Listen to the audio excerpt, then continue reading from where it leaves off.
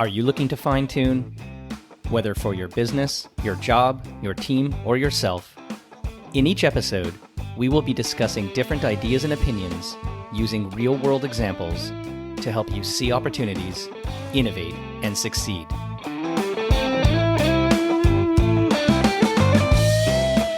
Hi, it's Corby Fine, and welcome to Fine Tune. So, I am a pet lover. I've had a couple of dogs in my life. I've had a tarantula. I've had a bearded dragon. For any of you that don't know what that is, look it up. It's scary looking, but it's actually kind of cool. So like a dinosaur in your house. And I once had an interview with a pet food company. And I remember vividly that the conversation went down the line of if all I knew was the breed of the animal you had and the birth date, I basically had 10 to 15 years of CRM logic pre-built. I knew exactly when your animal would convert from a puppy to an adult dog or from a kitten to a cat or whatever it might be. And there's really no excuse to not be able to build a really strong long-term relationship if you do it right. And I think about all of the scenarios that play into that: technology, marketing, communications, the willingness to be proactive in terms of customer relationships, and really, how do you automate and digitize all of these things? And with me today, I've got a really interesting guest who's got a varied background, Tanbir Grover, who's currently the Chief Marketing and Digital Officer at Pet Valu. So again, near and dear to my heart, having pets. Responsibility for the company's overall omni-channel marketing, e-commerce, and analytics practice, as well as the loyalty program, which I'm really intrigued about. Prior to joining Pet Valu, he was the Vice President of Digital at Cooperators Group, so having spent a little time in insurance as well. Different roles prior at Lowe's, Hudson's Bay Company, Sears, really strong retail background, and just a really, really great guy. I'm really happy to have him here today. Tanbir, welcome to the podcast. No, thank you, Corby. Really glad to join you. And, I've admired it from far, far away. And, what a pleasure it is to get invited to join you. Well, I appreciate it. Why don't you just maybe to start, give the couple of minute background on the company, on what is Pet Valu for not everyone that knows, and maybe what your accountabilities are there. For sure. So, Pet Valu is a leading retailer of pet food and pet-related supplies. We have over 700 corporate-owned or franchise locations across the country. And we have a rich history in Canada. For over 40 years, Pet Valu has earned the trust and loyalty of pet parents by offering knowledgeable customer service, premium product, and engaging in-store services, really, to start. And because we're a neighborhood store, we offer more than 7,000 competitively priced products with a broad assortment of premium, super premium, holistic, and award-winning proprietary brands as well. And we do this every day. I'm really proud because, to experience Pet Valu, you have to understand who our ACEs are, which are our animal care experts. They're the guys who actually work in the stores, who drive all of the experiences you get in that store. They share their expertise with you. And then also they serve you. They serve you locally, but we are also able to serve you anywhere through our online channel as well. And that's something that I think is really, really part of the Pet Valu equation, is behind our ACEs and that expertise and really creating those memorable moments that happen for a pet lover. So pet owners and parents are the two groups that everyone always says are sort of recession proof. And you joined the business, I guess, as the pandemic was really just kind of kicking off. Yeah. Maybe what have you seen, just to kind of correlate a little bit and set the baseline around your customer base in terms of their behavior, how things like, the digital transformation through the pandemic? Obviously, you still need to feed your pet, you need to groom your pet, you need to care for your pet, compared to, let's say, previous experiences like, a Lowe's where maybe it's about me and myself and my home. Any sort of differences or similarities you've seen? Yeah, there's similarities and differences. Let's start. I started in November of 2020. So you can imagine the pandemic's already in full flight. We've gone through probably a lockdown here or there, from the beginning, and, getting into another one at that point in time here in Ontario, especially. I think part of what I think about that happened over the pandemic are a couple of things. One is pet ownership increased. So we know, based on our data, more people are at home, more people were looking for some level of companionship, and pets became that, fill that void, let's call it. I think, two, there's been a gradual shift on humanization of pet.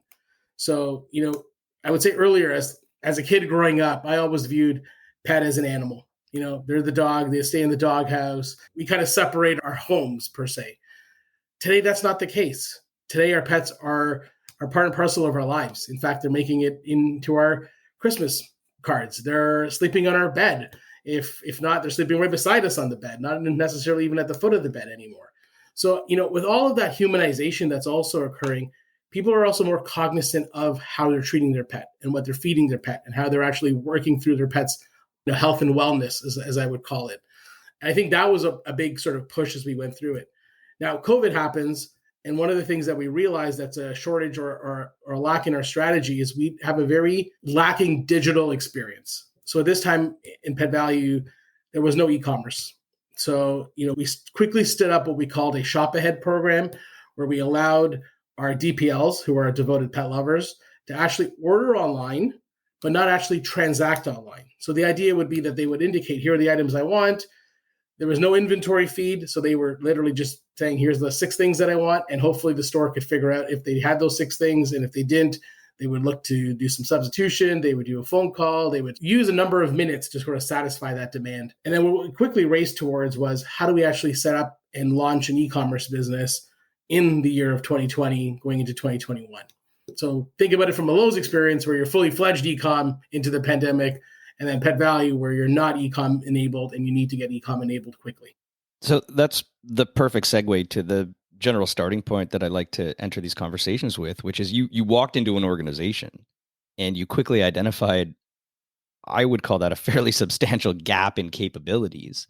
How do you go about that's massive, right? That's like transforming the overall organization to enable something like not having to go to store anymore. And maybe that's a big example, but there's often smaller ones when you walk in and you say, hey, there's things in the team, there's things in the process, there's things in just the way we think that could be changed and modernized. How do you identify those? And what are the 2 or 3 things or tips that you can give people on how to actually start to address fixing or resolving those?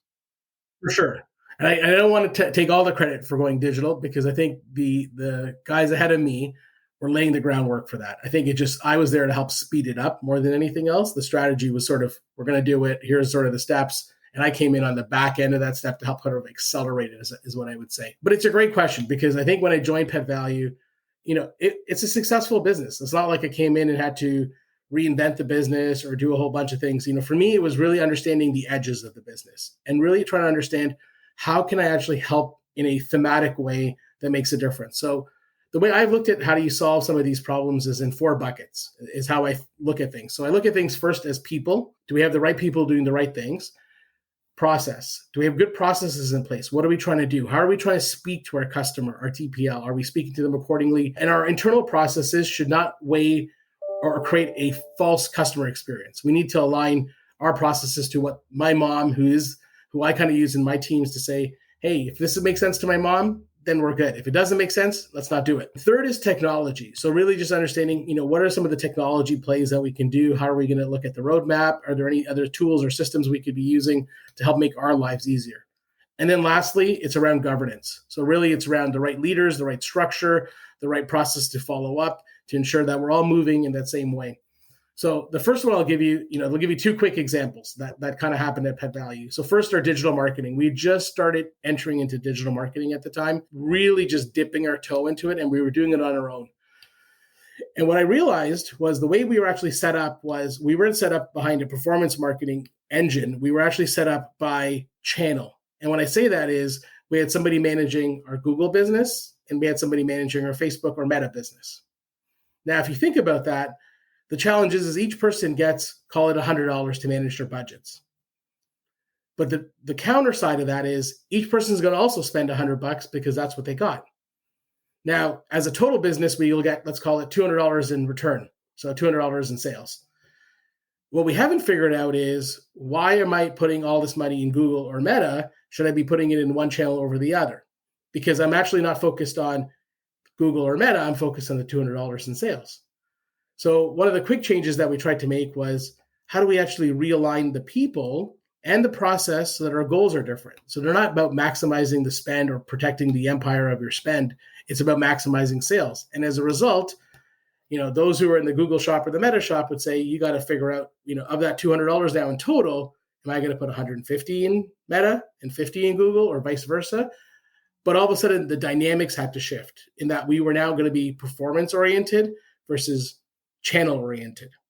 And by that, really, we actually started seeing an increase in our ability to go after our sales, go after our customer, really focus on that versus, hey, I spent $100 on Meta and I spent $100 on Google. I did my job. Kudos to me for doing it. And I managed my performance within each of those channels. So that was one. The other one I would say that we really changed also was process. And process was around our flyer and our POP. So when I first got there, I was presented the printed flyer, and I was shown the printed flyer.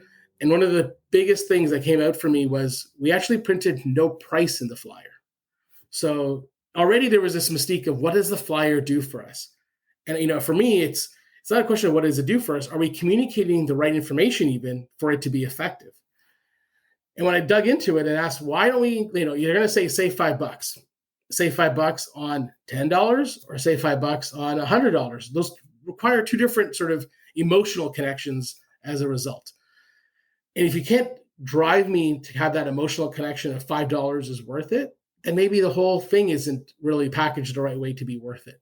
So the first thing we kind of looked at was, how do we include price? So the challenge is that our flyer was being produced 16 weeks in advance, prices were being locked 12 weeks in advance, and we had a very long, drawn-out cycle. And as you dig into it, you also learn the same things happening on POP. So, we would print our POP, set it into our warehouses. Then our warehouses we have 3 warehouses. We would then ship from those 3 warehouses into our store network. But you can actually imagine how much time this is all taking now from an ideal customer-facing output.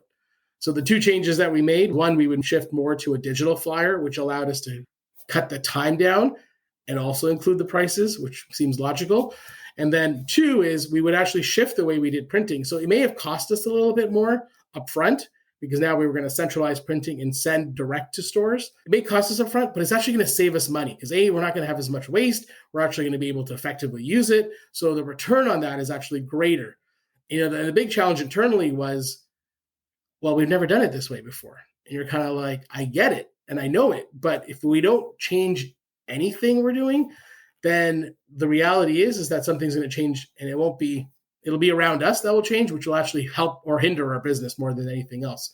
So, the advice that I give people is really think about the edges. You don't need to go in and make big, humongous changes. It's not that. It's actually thinking about how do you round or edge things over, because things usually are working. And I think part of it is also to figure out who you can ally with, who you can sort of say, hey, do you understand the vision I have? How do you understand that vision? And then let's go try to deliver that vision, and giving people the ability and the capability and the freedom to sort of push the business further along. There's a lot to unpack in that. The 2 things that I think stand out the most were, it's one thing to think about shifting from a legacy process of print where you didn't have prices to digital, which is very logical. But even within that, the notion of something you said, which was very interesting, how do you actually test the value of what is going to resonate with the customer in terms of that value? Is it $5 off? Is it 20% off? Is it lowest prices? The notion of however I put it, even if I do put it in a print component, it's fixed. It's one size fits all. Do you do anything around testing and learning from the perspective of what is it that's going to drive the conversion now that you've made more shift to digital? Do you understand, does the average pet owner respond to price sensitivity or comparison value or et cetera? Like, how do you operate that kind of test model? So we're starting a little bit of that, truthfully. I always tell people that we're starting at the ground floor of our business and trying to really understand how we build more of the test and learn concepts, the A/B level of testing. And we've also got rich historical data. Like our merchant team understands price elasticity. They understand, what drives the visit into our store. They understand what drives discovery that needs to happen. Where we're trying to really understand now is as we shift, because flyer is really a fixed sort of model, what we're trying to really understand is the 360 approach of, what do we want to test in email? So we'll test products and sort of see things in flyers as they go through. And we're trying to do much more of the discovery notion of flyer to show the breadth and depth of our assortment and really get people excited about like our holiday campaign, what's coming out. But email is a great way for us to test more things within that. So we can test like coupon sensitivity. What happens in a lapsed customer? Do they actually react more to a percentage off or $1 off? And what's the right sort of balance of that? We're also trying to test messaging. Corby, you talked about pet retailers in theory should have all this predictable data around you. You buy dog food, you need to buy dog food every month. We should have this predictable model, but we're also thinking about how do we build those customer journeys, because our email program was also not very sophisticated when I got here. So part of it was, hey, let's build the acquisition part of our business, get more emails, number one. Two, let's actually change the way we actually send out emails, because prior to this, we were sending out maybe 3 emails a month. And the reaction was our customers don't want it more than that. And the answer was really, are you hearing that from the customers, or are you sort of saying that on behalf of our customers? Because we'll say lots of things that we don't want lots of emails, but yet we all receive lots of emails. And how do we rebalance that and really look at unsubscribes as a KPI to actually know, are we doing the right thing? Let's look at open rates to see how that's going. So we're starting now to embark on the test and learn that we've got about a year of digitalness underneath us to kind of figure out where do we want to really think about offers, promotions, experiences to really help drive what I would call that repeat purchase and that sort of affinity. So when you came in, obviously there were a lot of things in place that were working, right? Things are going well. It's a great business. It's making money. It's keeping people happy. It's keeping pets happy and healthy. Sometimes one of the most challenging things as a new leader coming into a business is trying to find those areas where you just kind of think you need to innovate and iterate, even though the things are doing well, right? It's harder to convince an executive team or your peers and your partners to tweak and adjust things that they feel are going well, as opposed to the things that maybe, as you said, well, I'm spending $100 on Meta, I'm spending $100 on Google. Why don't we put it together and get the best performance? That's logical. But there are other things that maybe seem less logical. How do you convince your peers, and how do you convince your stakeholders and your executives that there are still things to be focused on in sort of a consistent improvement model? Any advice there? Yeah, I mean, I think that's part and parcel of all roles, right? Is that there's always this continuous improvement, or what I would call optimization exercise that you're always running. And I think if you're digitally born or digitally led, in some ways that's just second nature, because we're so used to this idea of optimization within all of our advertising. Because, I call it the tuning effect, where you can tune or amplify as you see things happening. Now, I look back at my experience and say, there's lots of things. Like, I'm in the pet business. It's a good business. It's been going well. I didn't have to get there to sort of say that, by no means am I a savior or any sort of like that kind of concept. But what I thought was really interesting that we were doing, that I wanted to sort of just play with, was a little bit of our creative side too. So I'll give you the example. One of the things that struck me is your example of, we need to buy food every single month for my dog. That's very cognitive. It's very transactional, right? It's like, I need an iPhone cable, I go to Amazon. But how do we actually change our business to be not so transactional, but much more emotional? And it's an easy business to be emotional. It's no different than having kids. Like, the whole toy business is an emotional business to me, right? It's about inspiring. It's about like, oh my God. And it's also about this weird thing called affirmation. It's many of us want to know we're doing the right thing by our pets. And sometimes because they don't speak to us easily, we can never know if we're doing the right thing or wrong thing. But this is where community comes in. My dog talks to me all the time, by the way. So I want a dog like that. That would make my life a whole ton easier. But you think about some of that, what we really tried to do and tweak. So, this is where you're asking me, what do we tweak? We really just leaned in more heavily into that emotional connection. You can see it through our advertising, our commercials, the way we even just talk about it in our business now is much more about that DPL. And, the vernacular of the devoted pet lover is an emotional connection, right? So thinking about how we were, we wanted just to sort of use that vernacular in our culture and talk through that more. We wanted to really focus in on it. So our creative started reflecting that more too, which is a really important part. So, we started really pushing our creative team to be less production oriented and more creative oriented. And again, I think this is not necessarily a wholesale change or trying to convince my executive peers on what we were trying to do. It was much more about, hey guys, the research we've done shows us this emotional connection. How do we actually put it into our voice and tone going forward? And that allowed that. And then I look back even at Lowe's. Like the great example I had at Lowe's was, I was lucky enough to start and help launch the digital business at Lowe's. So if you think about it, that was going well. Everything's moving up from 2012 on. You couldn't do no wrong given you're just launching this e-com business. But I think, really where we try to push ourselves is how do we optimize it more? How do we sort of think through what the in-store experience would be. So the first thing that we attempted just to try with one store, because we got an encouraging store manager, was do we actually take some of our online exclusive items and actually put them in the store so people can see them? So the first store I think we chose was a store in Vaughan, and it was a highly Italian neighborhood. So the first online exclusive thing that went in was a pizza oven. This is 2013. So you think about it, it was like, again, your peers may not believe you, but you're trying to sit there and go, hey, let's try to find one thing that we can kind of align to and see if it actually helps create a different dynamic, more online views, more PDP views. What do our associates say? What do our customers say as well? Do we actually get sales out of this thing? Even sticking a QR code on it back then. So just on that, when you talk about digital exclusives, but putting it in retail, were they allowed to buy it in retail, or did they have to go back and then buy it online?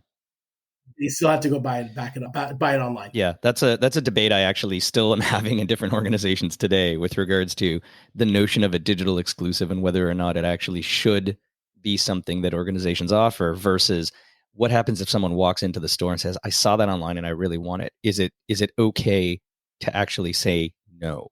And that's still a big debate. I don't know if you have a quick 30-second philosophy on that. I have an opinion on it. I mean, my opinion is that why should you let a customer walk away empty-handed and hope and pray that they go home and take care of it? If the answer is that you don't carry it in your store, but can you imagine an experience where you don't have it in your store, but you can actually still transact against it, which would be no different than an out-of-stock item, no different than a colorway missing? If you grew up in the 1980s in Canada, you'd remember a store called Consumers Distributing. And it was kind of the same thing, except you'd walk out with it instead of having it shipped. But if they didn't have it, you could get it delivered. So again, full circle on how these things operate. One maybe just visionary question now as we kind of come to the end. Great examples on everything that you've started to do and have been exercising within your current role. Where do you see the pet business going? What can you talk a little bit about the evolution of Pet Valu going forward? Any innovations or secret sauces that you can share? Yeah, I wish I could share all our secret sauces, but being public and being a secret sauce, we don't want to share too much. But I think part of where we want to lean into is, I would call it our curation ability. Our stores aren't big.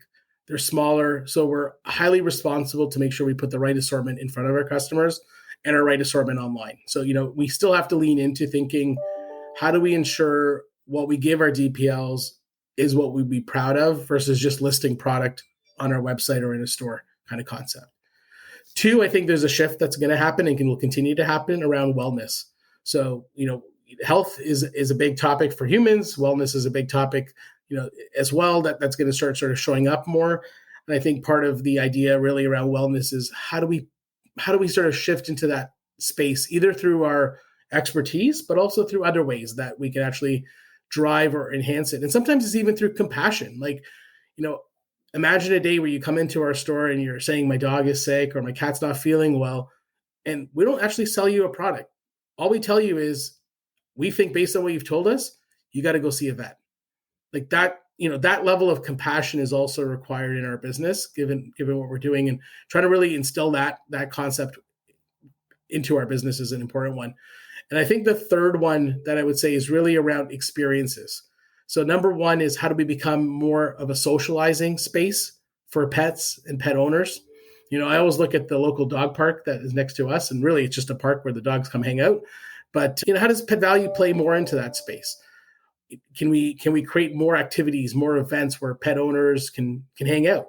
Can we become the local watering hole per se of the business? And with that also comes in more of the theater, right? So more of the events, more of the learning, more of the, just the, you go into a Pet Valu and you look at a dog wash. Seems simple, self-serve dog wash, but there's a theater to it. You observe it from far and it's like, this bond that's happening between the dog and the owner.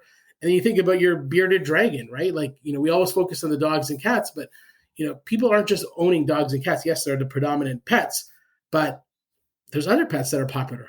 We've got fish at home. How do we actually know we're doing a good job taking care of our fish? So all of that experiences, the socializing. We don't kill them, that's how. Yeah, well, that's goal number one. But, you think about it, it's how do I clean my tank? Do I need to do it every week? Do I, what's that? There's just this, what I would call, you've got a lot of new pet owners that have come into the world. You've got a lot of immigration that's coming into the world. So people who haven't grown up necessarily with pets are learning how to be pet owners. And that's where I go back to that affirmation. Sometimes it's just cool to get a high five and be like, you're doing good. No, I really appreciate that. So 4 really quick rapid fire. Ready? Dog or cat? Go for Dog it. or cat? Fish. Snake or lizard? Lizard. Pets or kids? No, you don't have to answer that. That's okay. How about both? Yeah. Listen, Tanbir Grover, a Chief Marketing and Digital Officer at Pet Valu, I really appreciate you taking the time, some of your insights, a great track record, and I look forward to what's coming next for both you and the organization. Thanks for being with me today. Thanks, Kirby. Super appreciate it. Thank you. Thank you. You've been listening to Fine Tune. If you haven't done so already, please subscribe to the show wherever you get your podcasts. You can connect with me on Twitter @CFine, through LinkedIn @CorbyFine, or visit my website, corbyfine.com.